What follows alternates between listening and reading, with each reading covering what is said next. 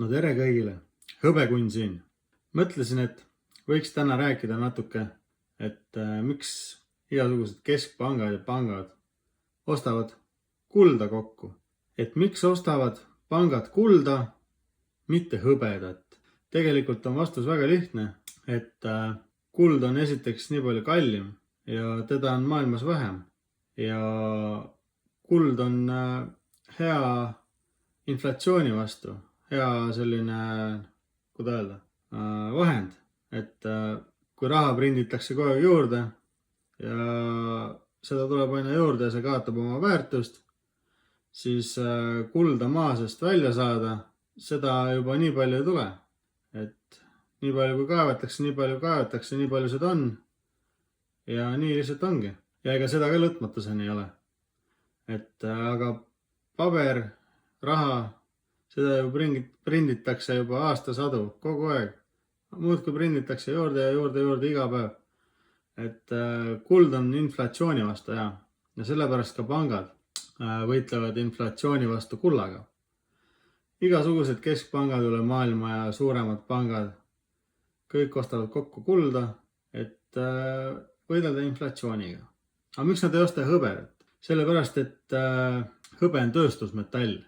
Ja mida see tähendab? See tähendab seda, et esiteks, kui nad tahaksid suurtes kogustes hõbedat kokku osta mulle, neil peab olema hoiustamiseks tohutult suur mingisugune ladu või ala, sest hõbe on ju kullast 10 kordi odavam. Ja mõtle, millised kogused suurte summadest pangad saaksid seda hõbedat, aga kus nad ladustavad seda. See on väga suur protsess. Et ühesõnaga pangad seda ei tee. Pangad koguvad või hoiavad, siis põhimõtteliselt investeerivad kulda. Ja hõbe on siis tööstusmetall, nagu mainisin. Et kuld on olnud ju läbi ajaloo kuningate vara või üldse inimeste vara. Et oma nagu vara hoida, on inimesed ostnud kulda. Et näiteks kui sul on 100 000 eurot paberrahas, siis 10 aasta pärast on see 100 000 eurot väärt, mis sul kõrval on võib-olla ostuvõime on selle 100 000 vaid 80 000. Sest paberid prinditakse juurde ja iga 10 aastaga näiteks niimoodi see raha väärtus sul ainult langeb, kui see raha lihtsalt seisaks ühes kohas. Aga kui see 100 000 panna kulla alla, siis me keegi ei tea, mida see kulla hind võib teha. Käib üles, alla, langeb. Aga üldiselt 10 aasta perspektiivis on ikkagi näha, et kuld liigub ainult nagu kogu aeg üles poole niimoodi vaikselt, tasapisi. Käib küll üles alla, aga pikas perspektiivis ta liigub ainult üles poole. Et ta käib inflatsiooniga kaasas. Ja see tähendab siis seda, et kui 10 aastat on möödas ja teil oleks see 100 000 kulda pandud, et arvatavasti siis teie 100 000 eurot, mis oleks kullas, on järgmisele 10 aastale nagu kohane. Et kui te tollel ajal oma kulla teeksite siis rahaks, siis te saaksite nagu tollel ajal sobiliku koguse raha, mitte ei oleks kaotanud 10 000, kui lihtsalt oleksite hoidnud kuskil kontol või kuskil seifis seda paberraha. Et kuld hoiab, siis käib inflatsiooniga kaasas. Et kui on suur inflatsioon, siis üldiselt väärismetallid tõusevad alati. Mida ma soovitaksin, või ma ei ole siin ju mingisugune finantsnõustaja ega midagi ja räägin, mida mina teen ja millist infot ma olen kõrva taha pannud. Et igaüks tegelikult teab ise, mida tema teeb, et 100% pole mõtet ka kõike kuulda võtta alati. See on kõigest üks vend, kes räägib YouTube'is midagi. Aga alati võite midagi kõrva taha panna. Et miks ma soovitaksin siis näiteks vanematel inimestel, kellel on näiteks palju raha üle, investeerida kulda, ongi see eesmärk, et te kaotaks oma vara. Et kui te lõpuks tahate bensile minna või midagi teha, et teie vara säiliks sellisena, nagu ta on. või kes teab, ehk saate isegi mõnusa kasumi. Aga noorematel ma soovitaksin hõbedat osta. Aga miks hõbedat? Kohe räägin teile. Enne sai mainitud, et pangad ju hõbedat ei osta, sest see on tööstusmetall ja see võtab väga palju ruumi. Kuna ta on kullast nii palju odavam ja tema ladustamiseks oleks vaja tohutult nagu suuri ladusi ja ruume. Aga miks ma soovitaksin noortel hõbedasse investeerida, on see, et samuti on hõbe väärismetall, mida kaevatakse maa seest välja. Ja see tähendab seda, et seda ei saa lõpmatuseni juurde printida lihtsalt. Selleks on vaja suuri kaevandusi, tohutuid plaane, investeeringuid, töölisi, et seda hõbedat üldse maast välja saada. Edasi, seda ei ole lõpmatuseni. Seda igal aastal teatud kogus kaevandatakse vaid välja ja seda on alati nii tehtud. Aga mis on juhtunud viimastel aastatel? Kui varasematel aastatel on teatud kogus nagu välja kaevandatud ja kogu see kogus on aasta lõikes ka ära kasutatud, jagatud ära tööstusse, ma ei tea, ehetesse, investeerimisse ja nii edasi. Et on välja kaevatud ja sama aasta peale on ära jagatud erinevad kategooriad ja see on ära kasutatud. Aga viimase paari aasta jooksul on olnud selline asi, et välja on kaevatud üks kogus, aga kasutada on vaja teine kogus. Ja kasutamiseks vajav kogus on olnud puudujääv. Ehk siis lihtsalt mingisugune näide teile, see arvud ei klapi, sest ma ei ole vaatanud. Aga ma toon näite teile. Kui välja kaevatakse ühe aasta jooksul 1 biljon untsi ja vaja on sellel aastal 1,2 biljonit untsi. Et ühesõnaga kaevatakse üks kogus, aga vaja on rohkem. See tähendabki seda, et see kõik ju lükkab hindasid üles kõvasti. Ja viimasel paaril aastal on selline olukord meil olnud. Aga see on alles algus. Teate miks või? Kuna te näete, et maailm aina rohkem liigub rohepöörde poole, siis aina rohkem on ju reaalselt vaja seda hõbedat. Toon teile näiteid. Hõbeehted, ehet alla. Okei.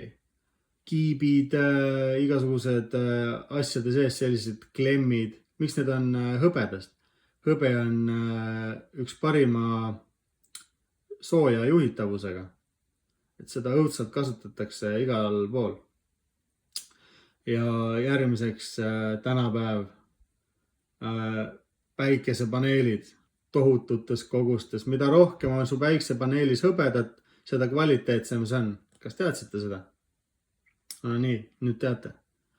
Järgmiseks, maailm keerleb praegu õudsa rohepöörde kallal.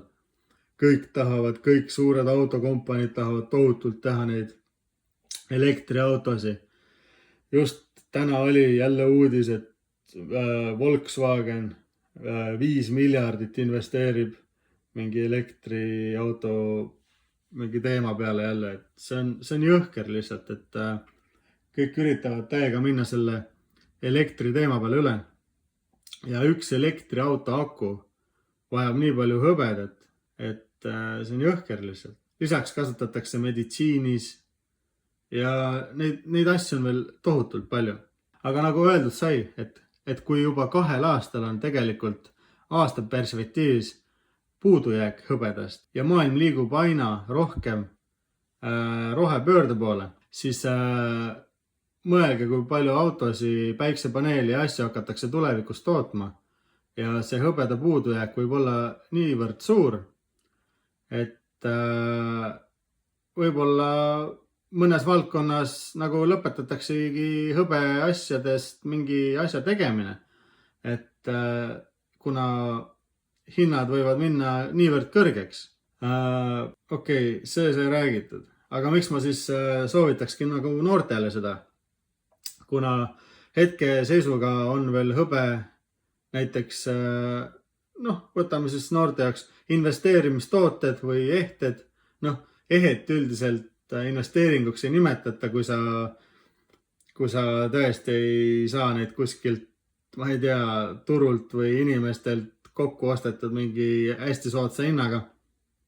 Aga näiteks investeerimismündid, plaadid, kangid, mis tehaksegi investeerimiseks, et tegelikult mina arvan, et tänapäeval veel on need mõistliku hinnaga, et ütleks siinkohal ära, et kuskil 30 euro kandist seal saate ühe untsi puhast hõbedat hetkel 2024 aasta suvel.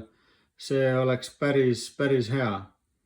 Et kui vaadata nüüd nende Eesti suurte müüjate hindu, mis nad seal nende hindadega juba teinud on, siis kohati müüvad seal ühe untsiseid münte 40, 50, 60 eurot tükk, et see juba peaks olema selline hind, et tuleviku maailmaturu hind, et kui seal 50 eurot oleks ühe untsi maailmaturu hind, siis te teaksite, et need, kes varem või hetkel ostaksid hõbedat 30 euriga nagu maailmaturu hinnaga, siis oleks ühe untsi pealt juba 20 euri puhast kasumit tolle aja peale.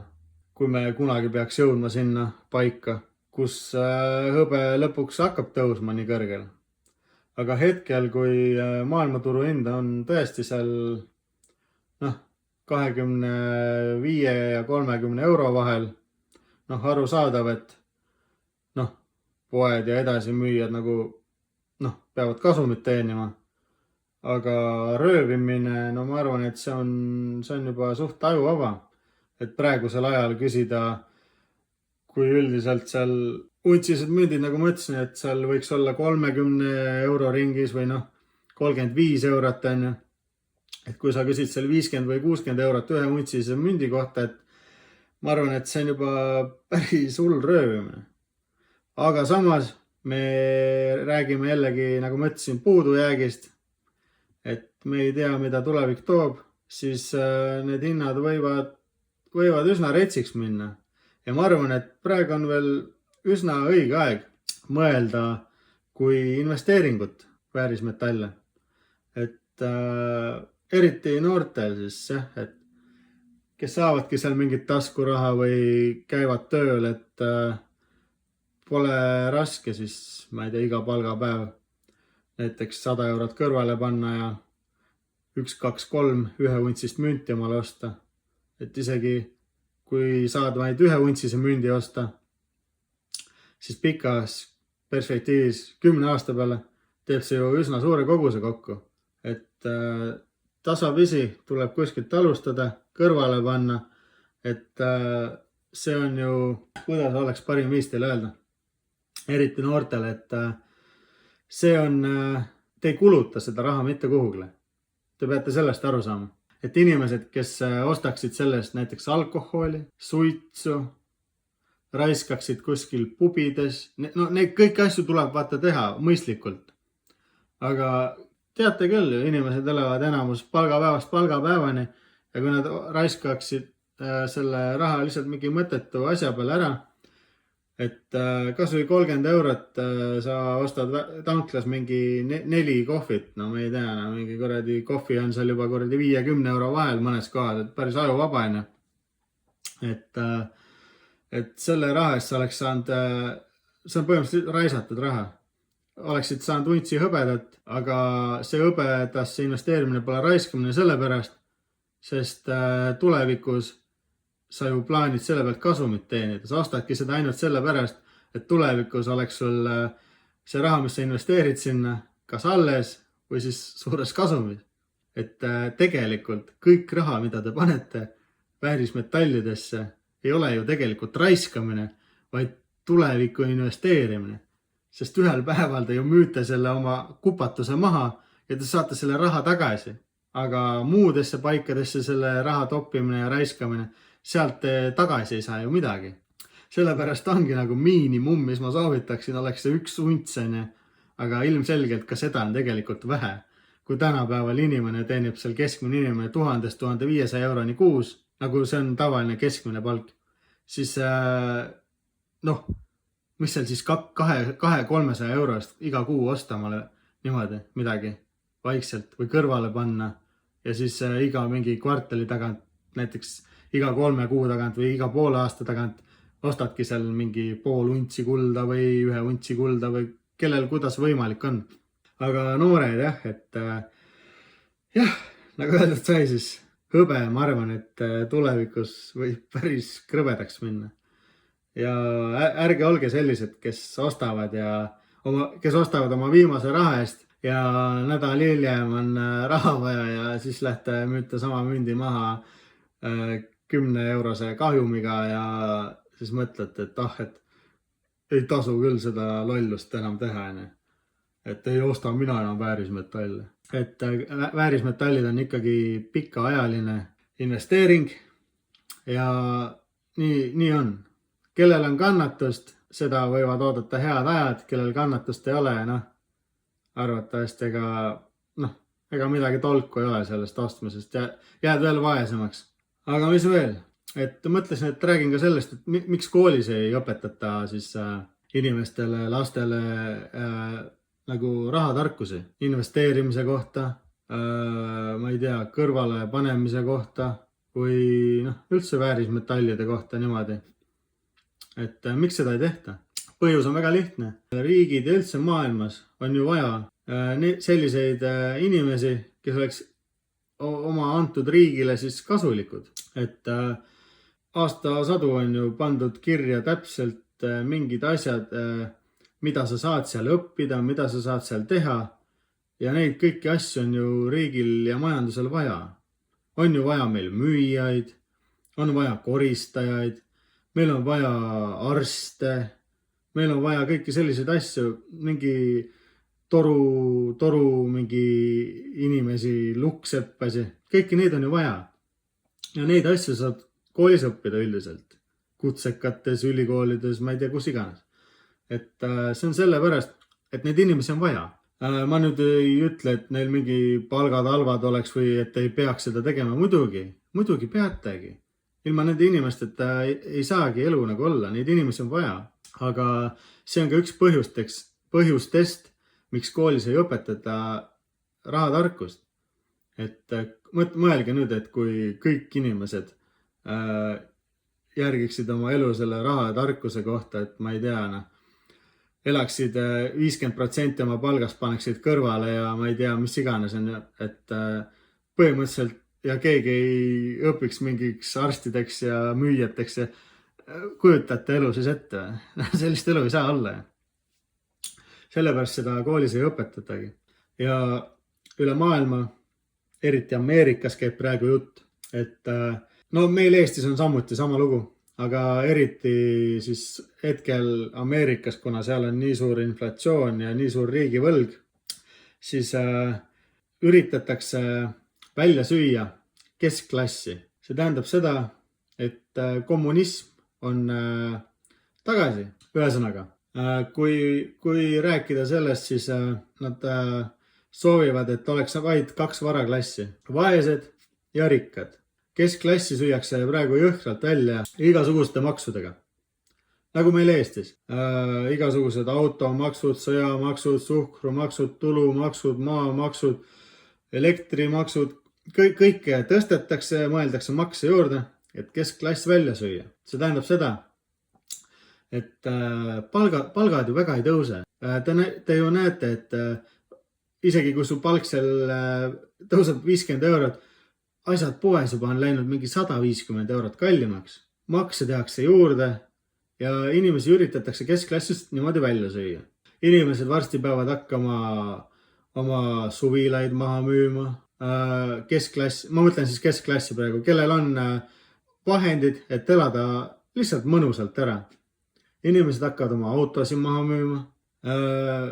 Järjest selliseid luksuslikumaid tarbeesemeid, mida keskklass sai varem nagu lubada, siis üritatakse, et keskklass hakkaks nendest asjadest loobuma ja üritatakse luua 2 klassi.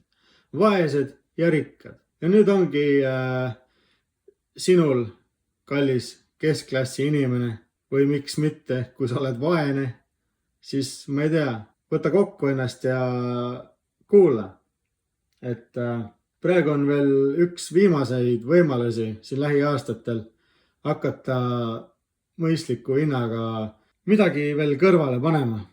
Et hoidke oma vara, hoidke oma mõttetud asjad, müüge maha, tehke rohkem tööd, investeerige mõistlikutesse kohtadesse, millest te näete tulevikku. Et ühel päeval see investeering võib muuta teid kas rikkaks või siis kui te praegusel ajal, kus on maailmas väga halvad ajad algamas, kui te praegusel ajal oma neid otsuseid õigesti ei kasuta, siis enamus kahjuks lõpetab vaesuses või siis vaeses klassis. Et praegu on võimalus liikuda rikastumise poole, kuna see on olnud alati niimoodi, kui on olnud majanduskriisid või siis sellised suured inflatsioonid üle maailma. Olete kuulnud küll lugusi, et iga kord, kui on sellised suured kriisid olnud, siis on lõpetanud mõned inimesed väga-väga rikkana. Et kõik oleneb teie otsustest. Ma ei räägi siin ainult siis enam väärismetallidest, vaid ka kinnisvarast ja aktsiatest. Kui teil on võimalus õigel ajal õigest asjast kinni haarata, siis see võib tulevikus teie elu muuta niivõrd palju, et te olete elu lõpuni või on järgmised põlvkonnad elu lõpuni teie tehtud tehingute pärast õnnelikud. Et see on väike mõtlemispunkt ja loodan, et te kõik teete õigeid otsuseid. Siin oli Hõbekunn ja näeme juba järgmises videos. Olge tublid. Tšau!